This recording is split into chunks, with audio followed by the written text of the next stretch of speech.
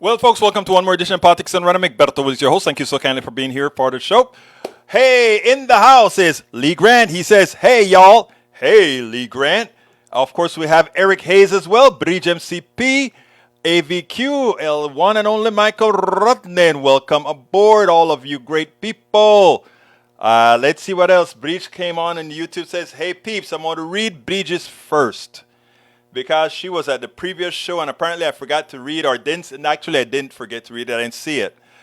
She says, we were talking about the Federal Reserve. I had a caller who called in and spoke about the Federal Reserve, and I didn't know what she, I didn't, it wasn't my stuff. I didn't know it. So I deferred to her. But before I go into that, happy Thanksgiving, happy Friends Day, happy whatever you call it. Hey, what is happening to my green screen?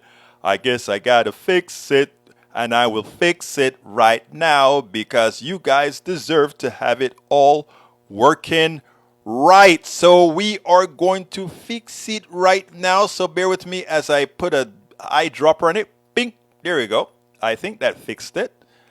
All right, folks. Anyway, how was your Thanksgiving? I trust that you had a good Thanksgiving, and I don't care what you think about Thanksgiving, whether it is what you celebrate it for. I celebrate Thanksgiving to give thanks to everybody that form a part of my life.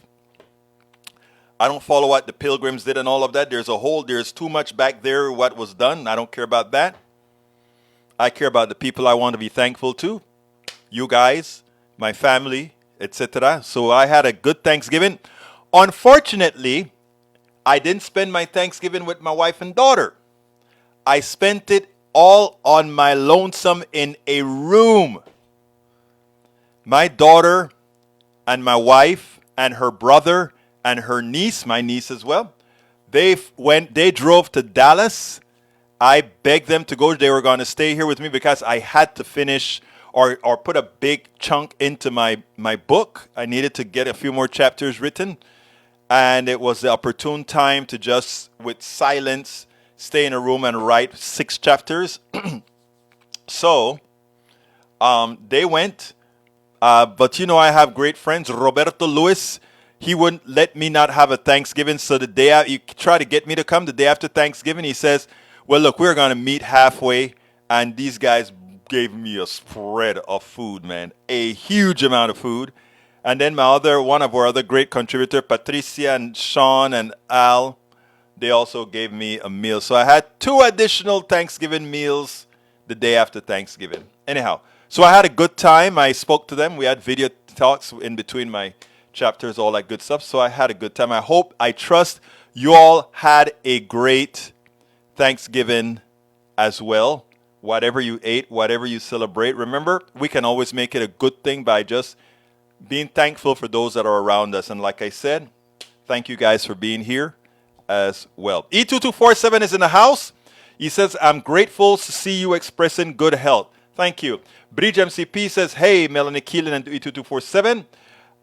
Let's see. Michael, I want to start with Bridge MCP's piece. It says, Egberto was trying to show you this before. The progressive movement, the Federal Reserve Act of December 23, 1913, was part and parcel of the wave of progressive legislation on local, state, and federal levels of government that began about 1900.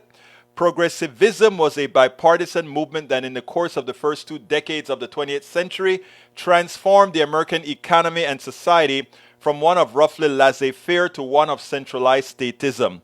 Until the 1960s, historians had established the myth that progressivism was a virtual uprising of workers and farmers who, guided by a new generation of altruistic experts and intellectuals, surmounted fierce big business opposition in order to curb, regulate, and control what had been a system of accelerating monopolies in the late 19th century.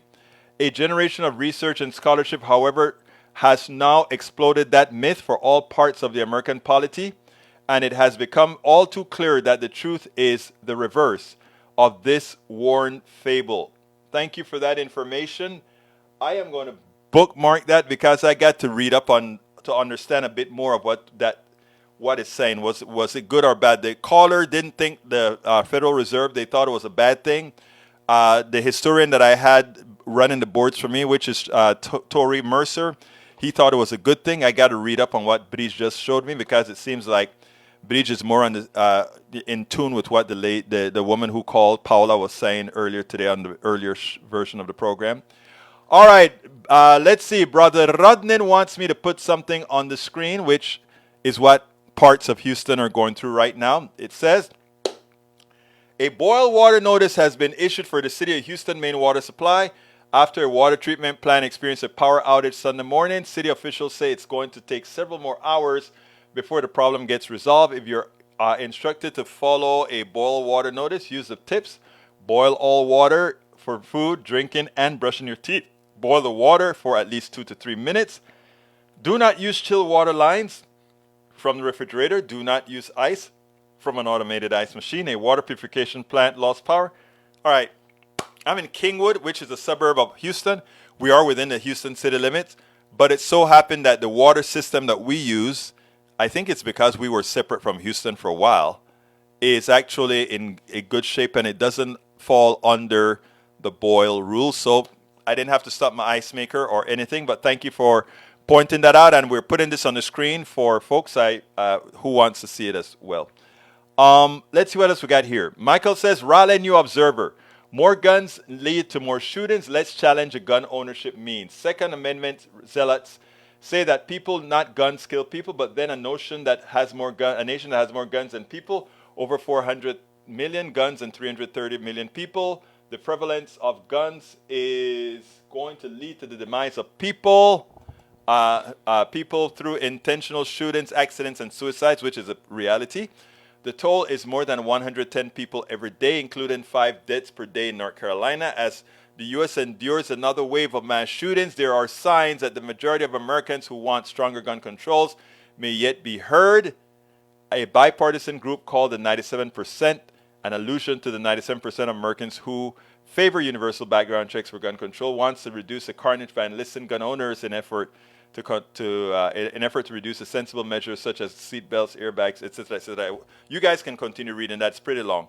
All right. Michael also says, Empire files with Abby Martin credible accuses Ron DeSantis of being a conspirator to sadistic torture. I saw that one during his time at Guantanamo Bay. Actually, you sent me that one. The Empire Files tweeted an eyewitness account of Mansour Adaifi, who said Ron DeSantis smiled and laughed while watching his torture at Guantanamo. The human rights lawyer said, I'll use the JAG position to help maximize stuff. Hey guys, I have a little headache here. I'm on a 3-day, 72-hour fast to help with my blood pressure and control my blood levels. So, I'm a little bit, anyhow. The fast is feeling good though. I'm hungry, but earlier I was like super hungry. Now I was superbly hungry. Now I'm only super hungry. I'm past 72 hours, not 72. I'm past 37 hours, so doing fine.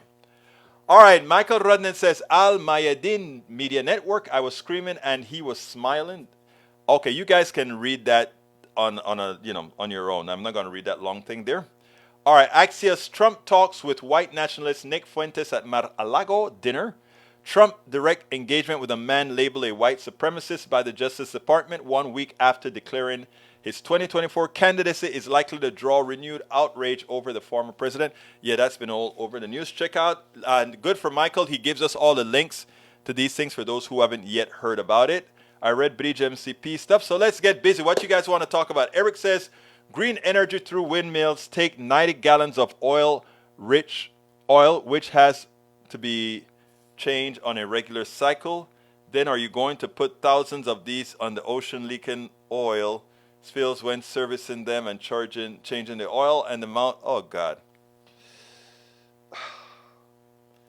Again, instead of trying to figure out how not to create green energy, you're trying to figure out what happens to lubricating oil, etc. Look, Eric, try to frame your mind correctly. We have to get off fossil fuels, period. Welcome, Melanie Keelan from our good place in Barcelona, Spain. Welcome to Politics Done Right today. Lee Grant says, praying for Houston to restore electricity and water. We never lost electricity throughout Houston. The plant lost electricity. We need infrastructure investments. Yeah, we do. What else have we got here? We got, brief action, Cherokee Chief Chuck Hoskin Jr. on why to seat Kimberly Teehee as Cherokee Nation's first U.S. congressional. You know who else said that? One of the guys I follow on Substack, he said we should be doing that and doing that yesterday. I can never remember his name, but I'll remember it as the show goes on. Question. Eric has a question. Anything for your government to learn from this use of power? China's COVID frustration boils over. Protesters call Xi to resign. Okay, I don't know what you put that there for, but I think we're following that story. Paul Fleming says he's checking in. Bruce Poller says he's in the group. Welcome, Bruce. How you doing, Bruce? Breach says Egberto Willis' key word. It was bipartisan, and that's why I tell people, Breach, I think you heard me say this on the radio at KPFT today. I am first and foremost a progressive. I caucus with the Democratic Party because that's the only place that progressives can have power within our bipartisan system. Okay? But first and foremost, I am a progressive. Michael Rodden says, interesting article, though Mrs. is a libertarian think tank that uses backward information. Okay, what is that? Let's see. Oh, so you're giving a point that, yeah, they're mixed, sometime good, sometime bad, yeah. All right, let's see what else we got here. Houston, Bruce says Boyle is not for Kingwood. No, it's not for Kingwood, Bruce. I didn't have to do it. Bridge MCP says, yep, Michael Running, I'm looking quick and grabbed it. Let's see what else we got here. Let's talk. There is a lot of oil under Argentina. Yes. I still think the biggest one, though, is near the equator, which is Venezuela, right? Not near the equator, but you know what I'm talking about. Let's talk why there's a lots of oil under Argentina. You tell me, Bruce. I think that's what you're saying. Why is there a lot of oil under Argentina? You tell me, please. I'm waiting. Eric Hayes says, Rudnin, that is why one will invade us. Okay, let's see. Bridge says, allows Chevron to expand energy operations in Venezuela. Yeah, we are given Chevron license to go ahead and work with Venezuela because Venezuela says, oh, we're going to now talk to the others. All right, the largest tribe in the United States with more than 430,000 tribal citizens worldwide, based in its capital, its national capital, called Tahlequah, Oklahoma. The capital. Wasn't that where we had the Trail of Tears, right? And I think I missed some of your first part. That's okay. Lee Grant says Democrat-run cities have big problems. Here's Krasner's Philadelphia. I did Krasner last week. All cities, because it has a concentration of people, have a lot of good, bad, in between, and others. That's just how it is. If you doubt it, Oklahoma City is run by Republicans. Tulsa, Oklahoma is run by Republicans. They have a higher crime rate than New York City, higher crime rate than California. What gives? Come on, Lee Grant. Let's do the numbers, brother. Come on. All right, let's see what else we got here. Egberto, it's fine that you skipped my commentary. Take care of yourself, man. You're pushing yourself too hard again. Hey, actually, I'm behaving. I got good sleep last night. Because since I'm fasting, I don't have to work out as hard until after the fast. So I'm behaving. I want to be around for my baby. I want to be around for my peeps. You can't, no guarantees, but I'm trying. I'm trying to follow the rules. All right, excuse me, fact check. Wind turbines do not need their oil change every 500 hours. Some can go years. Oh, great. I love that I have my peeps fact checking, and I'll put that on the screen since you're fact checking that breach. There we go. Breach says, fact check. Wind turbines do not need their oil change every 500 hours. Some can go years. I hope you will apologize for putting out, again, information from a poor source, Eric Hayes. Why do you do that? Listen to Bridge MCP and Rudnin, who actually get fact-based information. Do you want to try to make your points based on lies? I don't think you do. You're a good guy. I know you. AVQ, he's a guy and doesn't listen. Come on, behave yourself. Bridge MCP. All right, let's see what else we got here. Para ver. Apple is threatening to talk to Twitter, to take Twitter off of its app store, which they probably should if Twitter doesn't shape up. I agree. What else we have here? I think it could happen that a representative delegate could get siloed into the status held by D.C., Guam, Puerto Rico, Samoa, Virgin Islands, and so in which there is influence but not legislative votive power. So ties in a vote would not happen. True. I think they should have voting power. They are territories, man. We need to change the constitution. All right, World Population Review. Venezuela has the largest amount of oil reserves in the world with more than 300 billion barrels in reserve. Saudi Arabia, second largest with 297.5 billion. Yep, I think I read that one out to you guys before. We also have Eric Hayes says, Austin and Dallas and Houston all run by Dems. Lots of violence and have to boil water. No, let's be clear. A lot of Republican rural areas have crime rates that are higher. Remember, if a rural place have 10,000 and a couple of people get killed, their crime rate is higher than what? These cities. It's just that these cities are huge. Numbers, Eric. Numbers. Although I had to correct myself the other day because I said the crime rate in rural areas is larger than crime rate in the cities. It's actually close, but not true. The crime rate in rural areas on the aggregate is less, but it's not all that much less. But here's the other kicker. In the red states, irrespective, the crime rate is gun rates 40% higher. I repeat, 40% higher than in blue states. So what gives? Lee Grant says, Egberto, look at the video I posted, then tell me where there is an equivalent disaster in a blue city. I think you meant in a red city, but I'll look for it. Let's see. What's the video that you sent me? Look, guys. In general, it's best not to send videos. It's sort of best to go ahead and say, tell us a little bit of what's going on there, right? Let's see what we got here. Zombieland, Heronatic Place. All right, let's clear that, right? What I'd like you to do is take a look at what's happening in rural America with all the those drugs that are coming over the border. You check it out. Don't use a video like this. I'm looking at the video right now. Do not use let me just put it on the screen for you guys. Do not use a video like this to stereotype Lee Grant.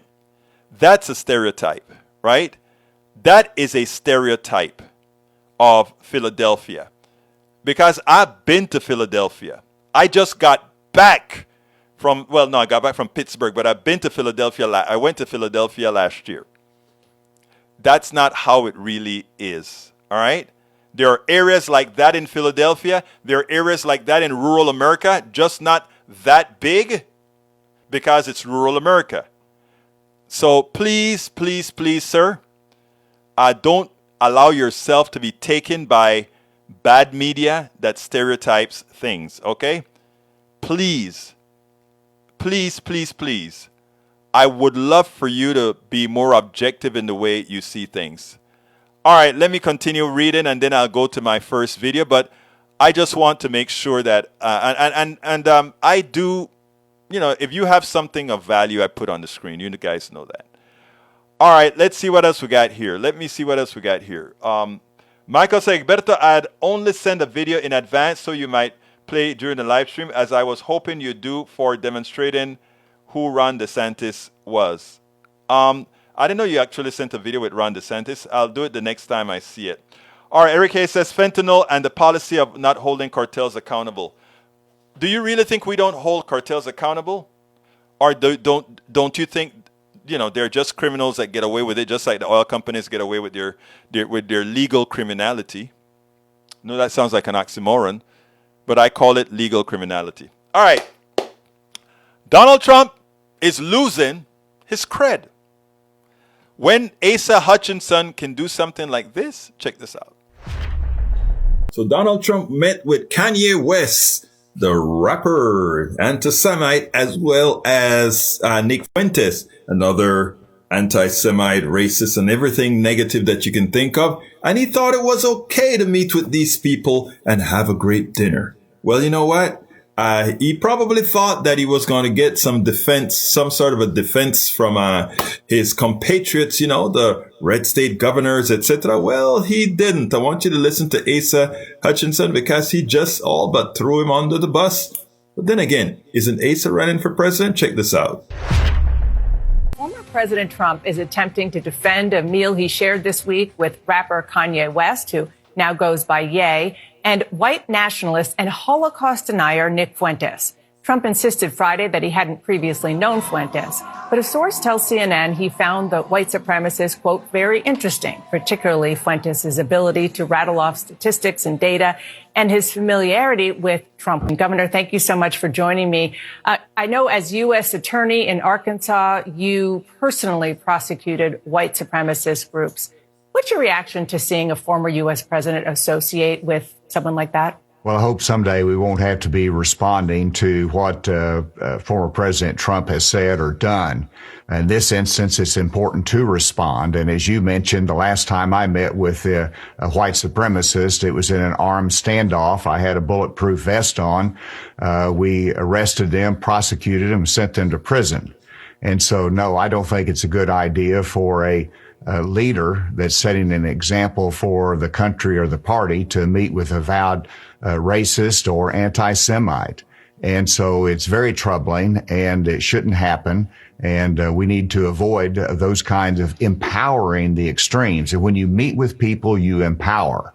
And that's what you have to avoid. You want to diminish their strength, not empower them. Stay away from it. Well, you know what? I think they're finally getting some pelotas right now. It seems like Republicans are starting getting some pelotas and they're going to nick Donald Trump. Of course, they're waiting for him to lose his popular support, which is probably why it's taken so long.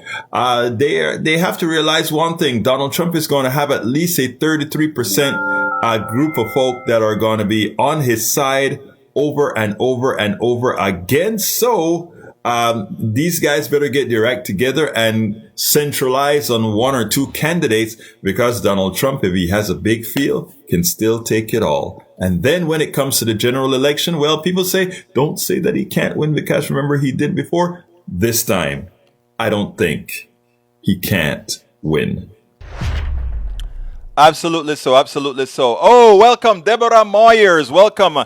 I just hope that Asa talks to Sarah Huckabee Sanders before he leaves office. She's a Trump girl. I don't think Trump really have any of these people in the Republican Party who loves him. I think they fear him, or no, they don't fear him. They fear his base. Because like Trump said, I could shoot somebody in the head and they'll still vote for me. And I believe him.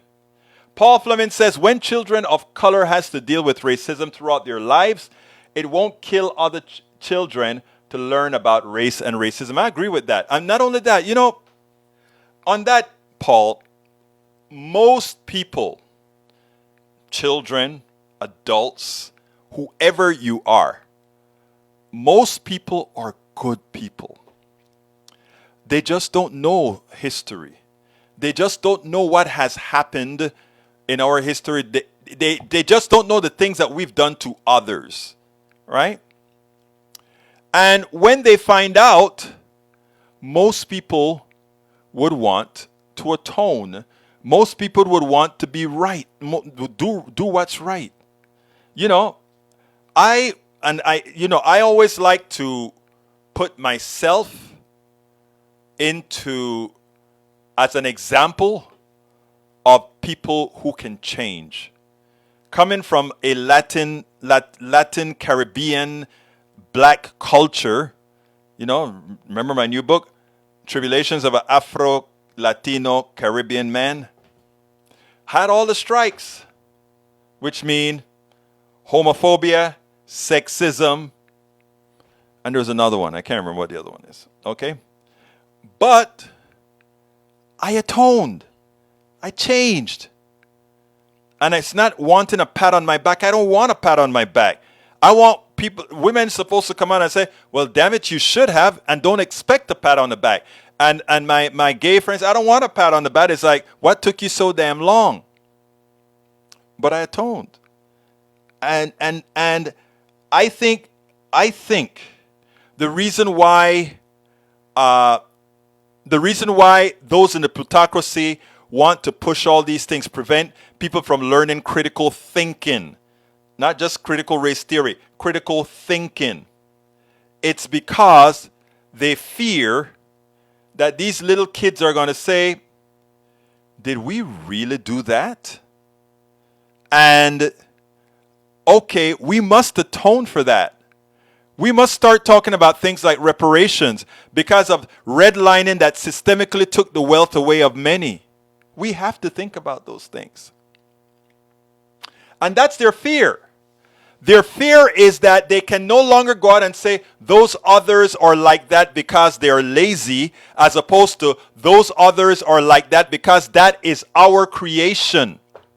We created the destituteness that they're going through. We created the frame of mind that keep them in that state. And when you go ahead and you teach this in high school and elsewhere, and these kids start to say, oh my God, mommy, you remember how you spoke about X, Y, and Z? It's not that way. The reason that is occurring in our society is because of what we did, what our ancestors did to them. And that whole thing permeates the next generation, the next generation, the next generation, the next generation. That's why the wealth gap is so large. Redlining prevented the appreciation of their homes and the accumulation of wealth. Jim Crow laws prevented them to be able to engage in active society. All these things. And all our beautiful white kids in these schools around the country, they would have seen this and they would have said, wait, mommy, they won't sit down there and hate themselves. They didn't do a damn thing to hate themselves. They would go out and say, mommy, daddy, we've got to do what is right.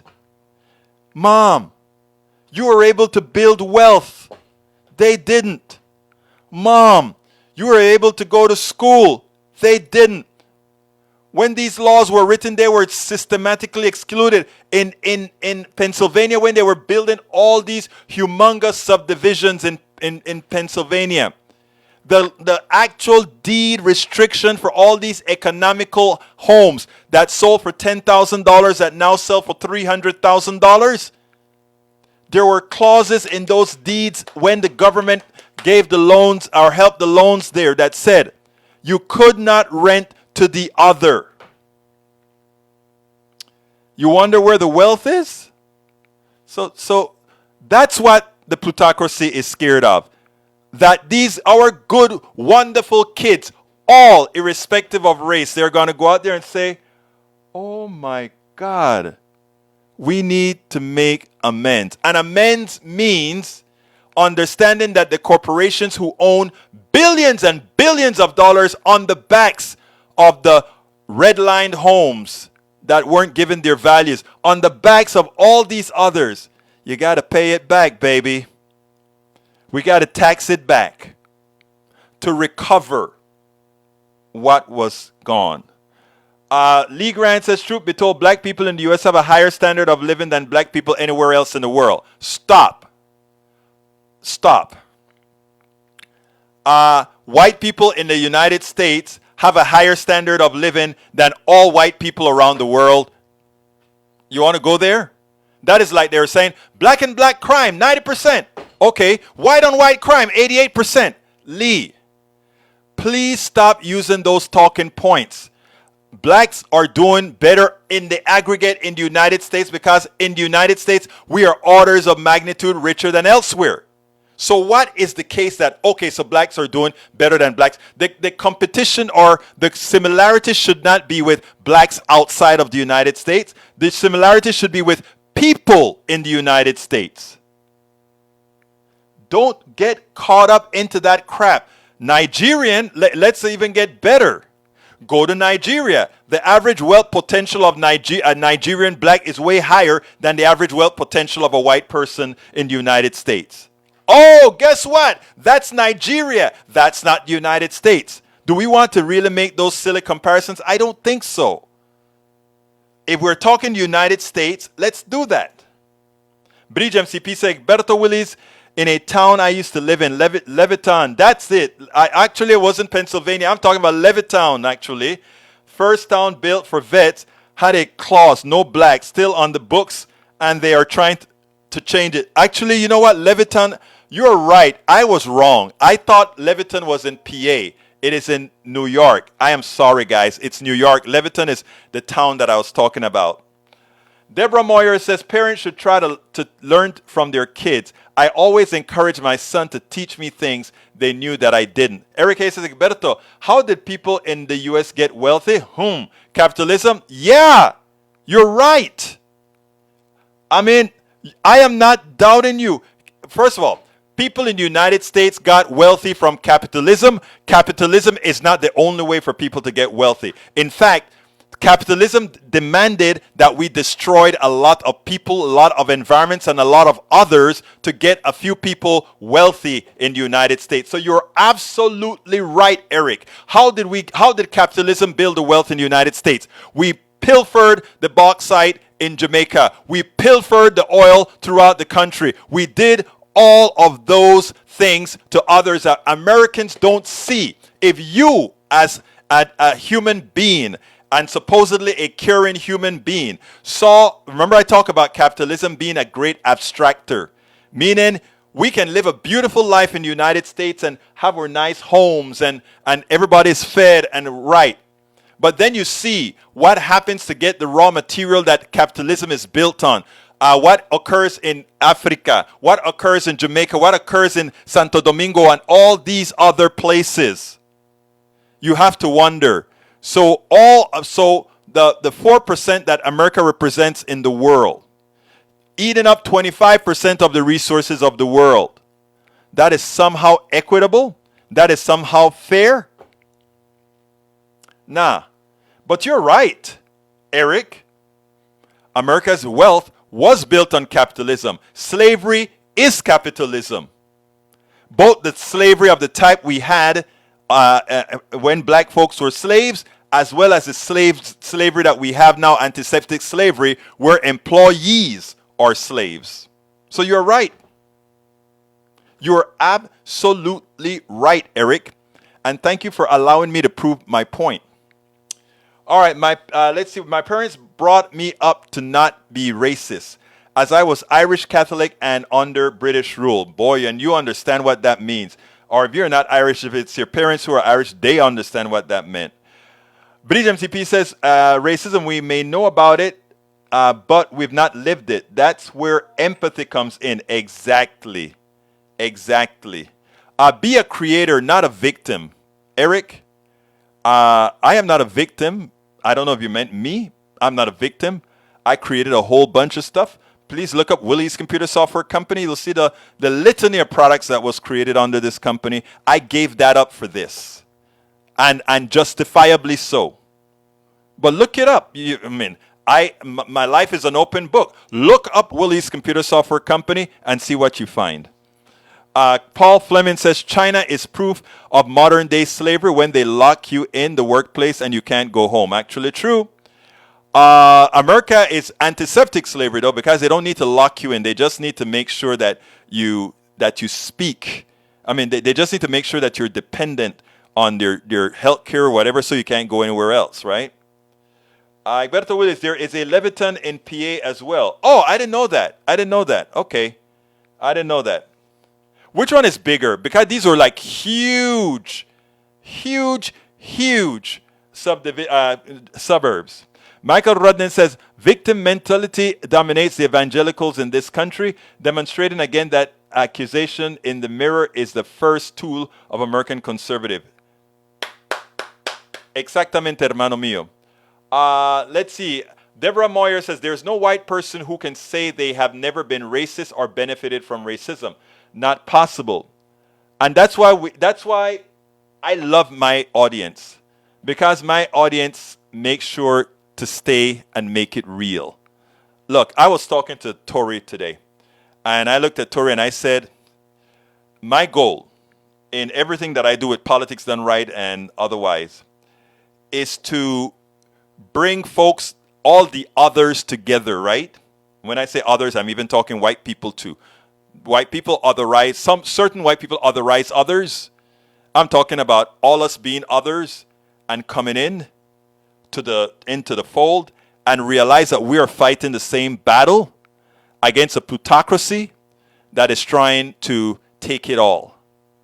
And if we can just see each other for that, if we can see each other for our commonality, and I'm not talking like, pie in the sky kind of a thing.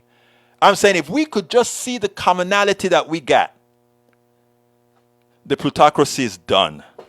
And that's why they invest so much in lying to the people that will accept the lies, like let's say Eric Hayes. He's willing to accept fallacies because there's some amount of comfort it gives him some amount of comfort it gives him. And I don't know what that comfort is, to tell you the truth. A superiority comfort? I don't know. It gives him a certain comfort that it couldn't be us who created the problems that the others have. And I can tell you categorically, it is our system that created the problems of the others. You can say, well, can't they get up and do what you did or what Oprah did or what you did in forming a company and that? Yeah, they could. But you know what? I grew up with parents who told me nobody was better than I was, and I was better than no one, and that I had to work twice as hard as anybody, but that's your cross to bear to make it.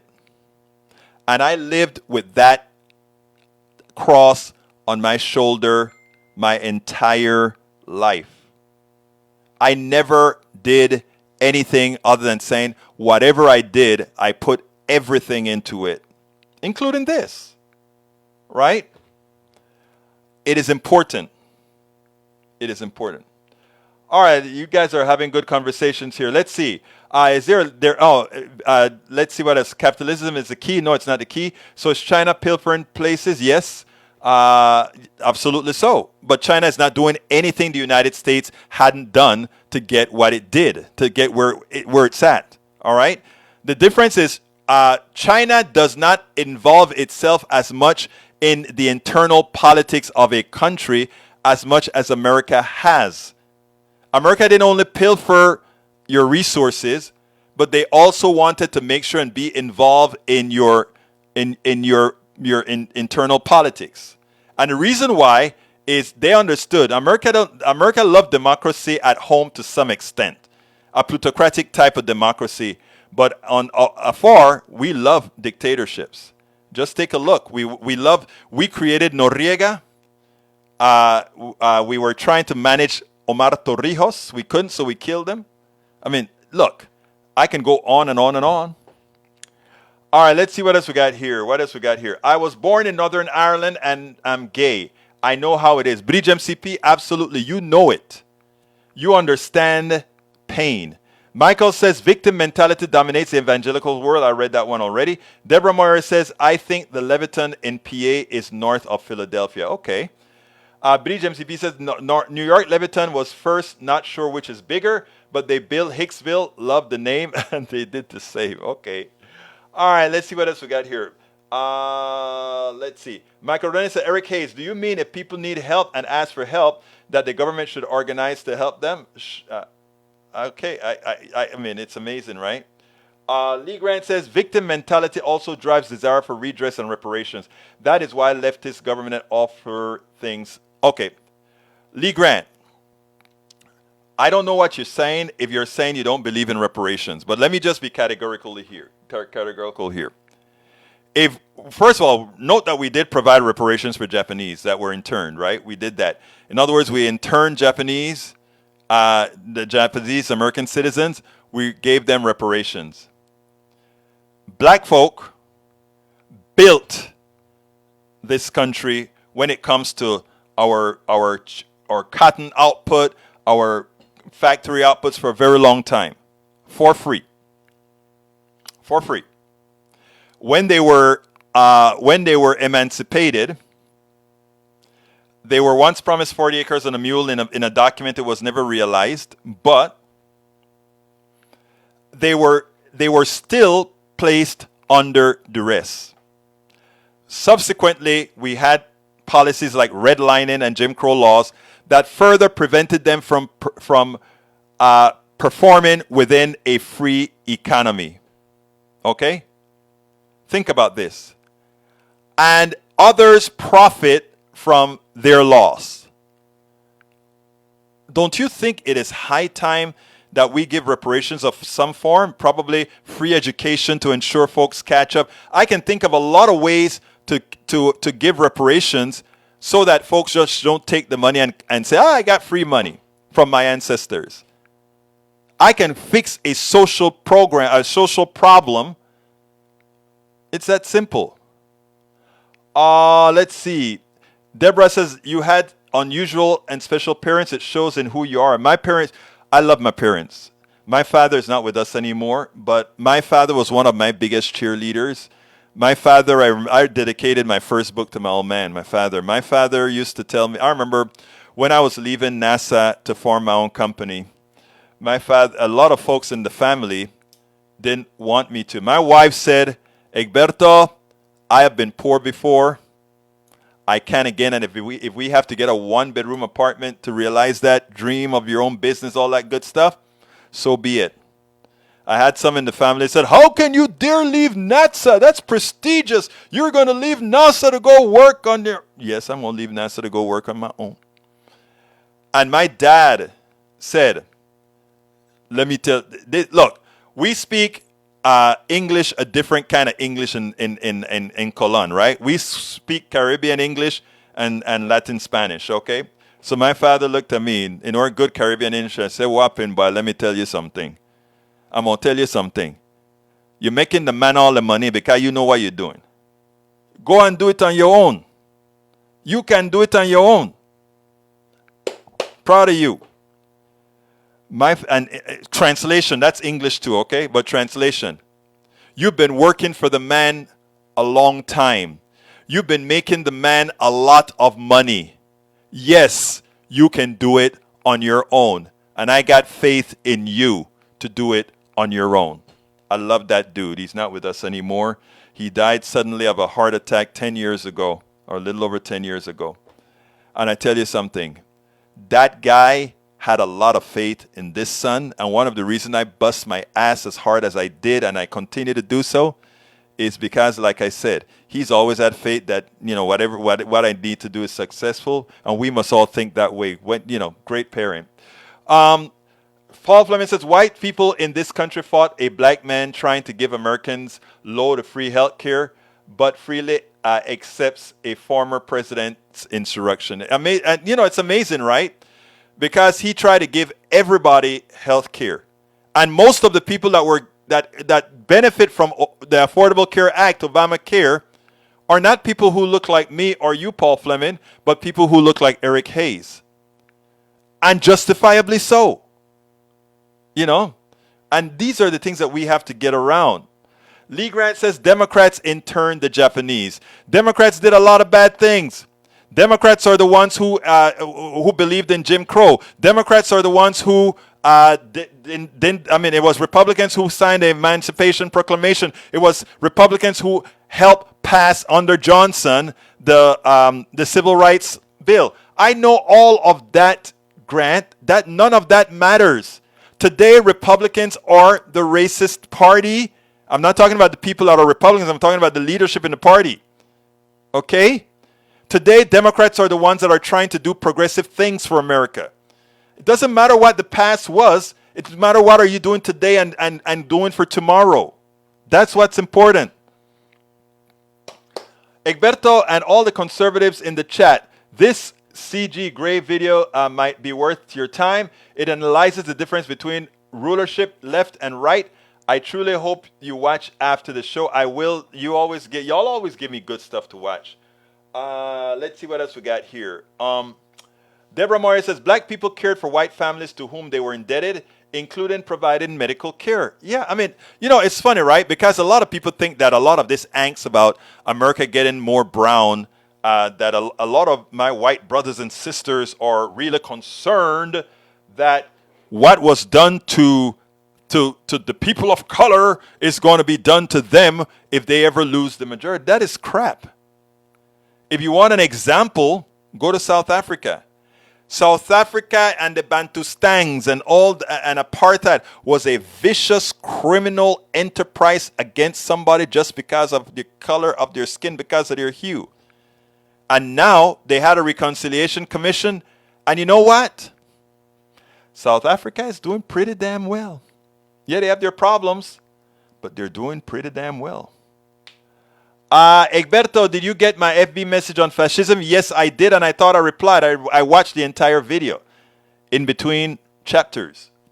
All right? Deborah says, I find consideration of reparations overwhelming as I can't see how we ever could do what's appropriate for how many awful things have been done to them. Let me tell you. You start, Deborah, you start. Let me give a good example, right? A lot of people say, well, what about poor white kids or whatever, That is true. If you have policies,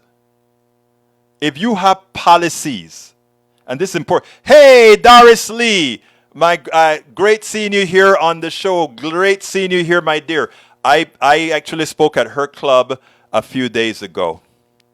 Let me tell you guys. I tell you how you solve that problem. You make sure that every underprivileged kid has equal access to success. Right? That's all you do. It's not about preferential treatment for black kids or anything like that. It's about equal access to success. And if you do that, right, automatically you start giving access to these folks. Now, there are other things that I think needs to be done with regards to reparations. For insurance companies who insured black bodies and all that kind of stuff and who made a killing off of that, I think we need to have things like a particular funds that recover that and appropriately give it to the families on whose free labor was built. That's a payment now. It is a must. I think reparations is way overdue, and it's a must.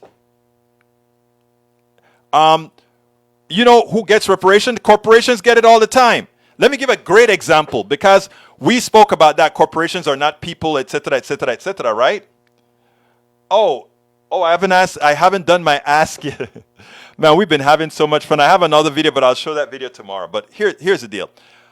I'll just do a quick ask at the end, but I want to finish this thought here. Corporations never cease to amaze me. Let me give an example. Let's say a city did something in a field. Let's say they went ahead and say, I'm turning this field into a park. And let's say that corporation had intended to use that field to build an addition to the factory that was going to create X amount of dollars. Guess what that corporation generally sues for?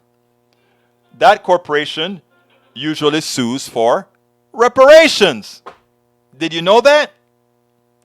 Did you know that? And Bridge MCP puts a reality out there. Some white slave owners got reparations for their slaves in America. And you know, this is something that behooves me. Let me tell you better. Remember Haiti? Haiti was the first nation, black nation, created after they liberated themselves from the French. They had to pay France for their liberation. When you talk about the evil of capitalism, that is what I'm talking about. Remember, they had to recover the value of their capital. And people who looked like me, we were the capital. So whenever you are talking about those people who want reparation, try to see the humanity in why it is essential. You have to see, and if you cannot see, I think Haiti finally got from under it, Bridge, but you have to. I was bringing on a Haitian scholar, but she was writing a book and said she couldn't come on quite yet. But I so wish all the good people in this room would be able to understand the savagery of past slavery and why it has materially affected black folks. You can say, oh, but I know you, Egberto, you're doing fine. Or we have Doris Lee in here, or we have, I'm looking for the black folks in the room right now. Bear with me. Are we looking for the Paul Fleming? Okay. Oh, they did fine. Yes. But you don't base the society on the exceptions. And we are not exceptions. I'm sorry. On a large majority, you vote on it on the totality. You know, on the totality. And that's why I brought up when Brother Lee Grant talked about Democrats doing something, or black folks in America are richer than black folks in, let's say, Belize. You're not saying anything. White folks in America are richer than the white folks in Belize. Okay? So we have to learn how to think. We have to learn how to think. We have to learn that all these racial things are inflicted on us by a plutocracy who needs us to fight each other, because only in fighting each other can the thugs who have stolen our wealth remain where they are. Please remember that. Please remember that. Okay. It's almost over and I didn't do an ask. So here's what I'm going to do. I'm going to play it real quickly and then get the things out. Politics done right depends on you to keep doing what we do. What do? We make sure to keep, number one, the internet seeded with blogs and information to counter the right and to present what progressives represent for the benefit of us all to everybody, so that it's not misread, misled by any other entity. We make sure and populate that internet with blogs, with videos, with all these other things to make sure that we are informed and to counter everything that you normally hear that are lying at the right.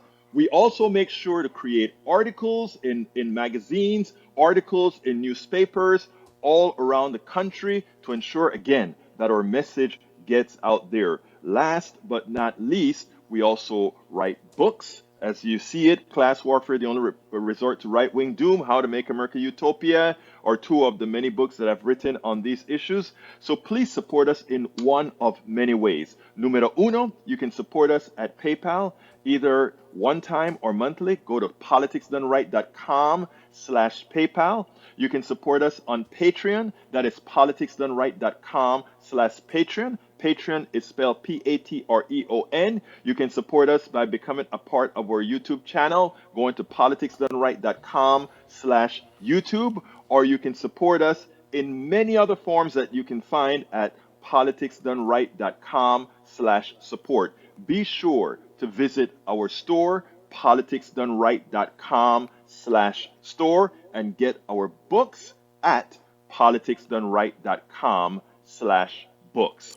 All right, folks, I put all those links inside of the chat. So please go ahead and click one. Help however you can. Support to make sure we can continue giving the progressive message. Earlier today, tomorrow is Giving Tuesday. I'm going to be sending out a newsletter saying, hey, guys, Giving Tuesday.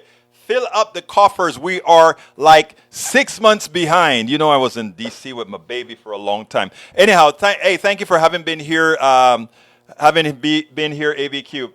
Hey, but let me tell you guys something. All right. If you are on YouTube, support us on YouTube. Hit that join button. Become a part of our PDR posse. Also, remember that subscribe to our newsletter, politicsdoneright.com/newsletter. That is how we keep informed, and share the newsletter for others to see. Now, don't forget our store. Hey, it's Christmas coming up, right? Christmas or Hanukkah or whatever you celebrate. Please go ahead and consider going to our store, politicsdoneright.com/store. Get a t-shirt, help promote us. Politics Done Right, help tell people you know this place that you can get good info, enlighten your spirit, all that good stuff. Get the t-shirts, the hats, the books. Go to politicsdoneright.com/books. Order some books and, give it out to your friends. Even your Republican friends. I'd like you to give specifically how to talk to your right-wing relative friends and neighbors. I'd love your Republican friends to get that one. That's what I give to my Republican friends. And again, I probably going to have a little thing where I have my 3 books, and I'll wrap it up for you, send it out as a gift to whoever you want to send in the United States. I'm probably going to put that on the I'll probably put that on the thing soon, on my cart. I don't know. Maybe I'll try to do that. Thanks, Egberto Willis. We missed you. Yeah, I was gone for 4 sessions. I did 4 tape shows. I love my peeps. I love you all. I need to finish up here saying one thing. A lot of people are feeling down when they see that we've lost the Congress, etc. Please don't. Please just realize we got a lot of work to do. Hey, Tom C., didn't see you before. My name is Egberto Willis. This is Politics Done Right, and you guys know how I end this baby. I am what? Out! We spend a lot of time deconstructing the news, trying to parse it into a form that everybody can understand. We try to find those little nitpicks where it flies above the fray, etc. If you really like these videos that we do, I want to ask a big favor. Please go ahead. Number 1, subscribe to our channel. And number 2, please join if you can. Thank you so kindly for watching. Keep watching. Please remember to share. We must populate the entire internet with our progressive message, a message that we know is what most Americans say that they want. So help us, please join.